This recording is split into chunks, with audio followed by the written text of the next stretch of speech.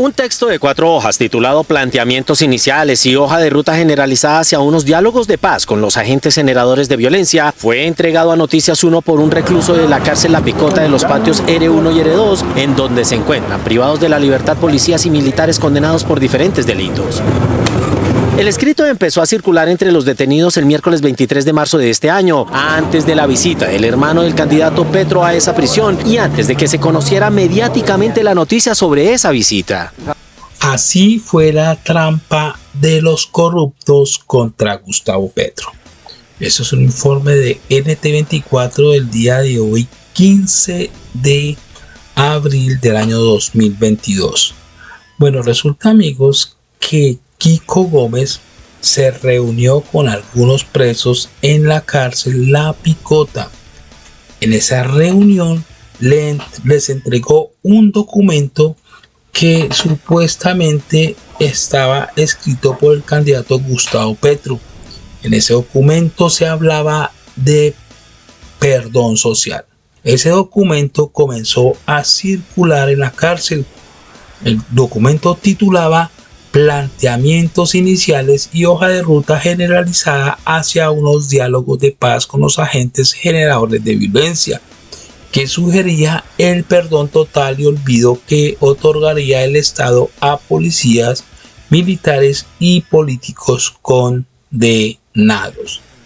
Según Noticias 1, la instrucción que recibieron los reclusos era la de socializar las supuestas propuestas de Gustavo Petro con todos los presos del pabellón. Y ojo, les aseguraron a los presos que como garantía iría dentro de algunos días Juan Fernando Petro, el hermano de Gustavo Petro. Vale la pena aclarar que las visitas del hermano de Gustavo Petro a las cárceles hacen parte de su trabajo en la Comisión Intereclesial de Justicia y Paz. Ojo que ese dato es importante. Resulta que efectivamente el día 8 de abril del 2022, el hermano de Gustavo Petro, en representación de la Comisión Intereclesial de Justicia y Paz, visitó efectivamente la cárcel La Picota, amigos. No obstante, el día de la visita del hermano de Gustavo Petro a La Picota, parecía que todo estaba planeado para captar el momento en el cual ingresaba al centro penitenciario. Incluso se conoció que la persona que tomó la foto fue un excongresista condenado a 13 años de cárcel por parapolítica, ya que este personaje que tomó la foto del hermano de Gustavo Petro tenía vínculos con el bloque norte de las AUC, liderado por nada más y nada menos que por alias Jorge 40. Y para completar la trampa, en las últimas horas se conoció un supuesto audio de Marquitos Figueroa en el cual pide a las personas de La Guajira votar por Gustavo Petro a la presidencia. Es evidente que todo fue un plan en contra de Petro para restarle credibilidad a su campaña política. El candidato Petro calificó de entrampamiento este escándalo alrededor de su campaña y la proliferación simultánea de datos sobre el mismo en medios tradicionales y redes de activistas políticos y señaló, como demostración del que llamó montaje, una fotografía que le tomaron y un video que le grabaron a su hermano, una persona poco conocida, de acuerdo con lo que se aseguró cuando estaba en La Picota, como si algunas personas hubieran estado esperando para darle credibilidad a la trampa. Uno de los reclusos de La Picota que conoció la presunta propuesta de Petro habló con Noticias 1 sobre la forma en que llegó a sus manos y la discutió con sus compañeros de pabellón.